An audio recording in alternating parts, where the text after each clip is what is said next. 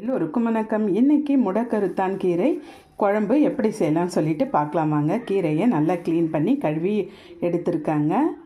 இப்போ case on பண்ணி ஒரு சின்ன கடாய் வச்சுருவோம். முதல்ல வதக்கி எடுத்துக்க வேண்டிய பொருளெல்லாம் என்னன்னு சொல்லிட்டு பார்க்கலாம். அதுக்கு எண்ணெய் நல்லெண்ணெய் தாங்க ஊற்றணும். கொஞ்சமாக நல்லெண்ணெய் விட்டுருங்க. எண்ணெய் நல்லா காஞ்ச உடனே மிளகு 2 ஸ்பூன், சீரகம் 2 ஸ்பூனுங்க சேர்த்துக்கங்க. நல்லா பொரிஞ்சு வரட்டுங்க. நல்லா கலந்து கொடுங்க. அது கூடவே ஒரு 10 ஸ்பூன் சேர்த்துக்கங்க. அதுவும் பொன்னிறமாக வரட்டுங்க. பூண்டு வதங்கும் போதே சின்ன வெங்காயம் ஒரு 15 சின்ன வெங்காயம் கூடவே சேர்த்துக்கங்க. அதுவும் நல்லா வெட்டி வரணும்.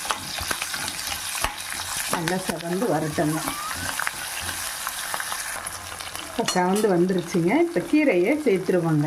பாருங்கள், க்ளீன் பண்ணி வச்சுருக்க கீரையை போட்டுருங்க.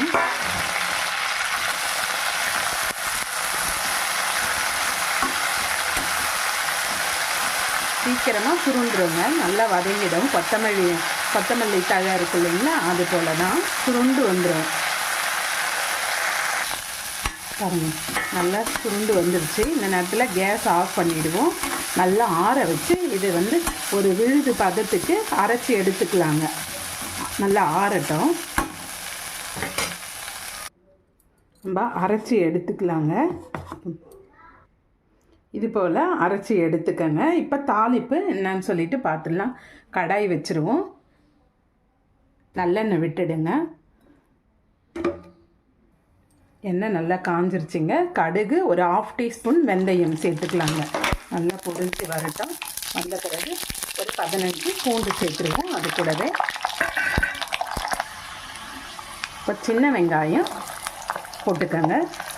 வெங்காயமும் நல்லா செவந்துருச்சுங்க. ஒரு 2 தக்காளி, பெரிய தக்காளி அரைச்சி எடுத்துருக்கேன், அதுவும் சேர்த்துருவோம்.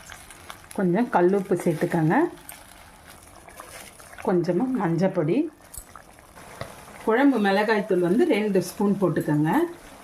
வீட்டில் அரைச்ச குழம்பு மிளகாய். நல்லா பச்சை வாடை போட்டேங்க. இப்போ புளி தண்ணியை சேர்த்துருவோங்க. புளி தண்ணி ஊற்றி நல்லா பச்சை வாடை போட்டோங்க. ஒரு கொதி வரட்டும். கொஞ்சமாக தண்ணி சேர்த்துக்கலாங்க. ஒரு 1/2 டம்ளர் தண்ணி சேர்த்துப்போம். அரைச்ச இந்த கீரை விழுதை சேர்த்துருவோங்க. மிக்ஸி அலம்பின தண்ணியை சேர்த்துருவோங்க. நல்லா கலந்து கொடுங்க. நல்லா எண்ணெய் பிரிஞ்சு வரட்டுங்க. கொதிச்சு எண்ணெய்லாம் பிரிஞ்சு நல்லா வந்துருச்சு பாருங்க. இந்த ஸ்டேஜில் நம்ம கேஸை ஆஃப் பண்ணிடலாம். சுட சுட சாதத்துக்கு போட்டு சாப்பிட அருமையாக இருக்குங்க. நீங்களும் ட்ரை பண்ணி பாருங்கள். உங்களுக்கு இந்த வீடியோ பிடிச்சதுன்னா லைக் பண்ணுங்கள், ஷேர் பண்ணுங்கள், கமெண்ட் பண்ணுங்கள். மறக்காமல் சப்ஸ்கிரைப் பண்ணுங்கள். தேங்க்யூ.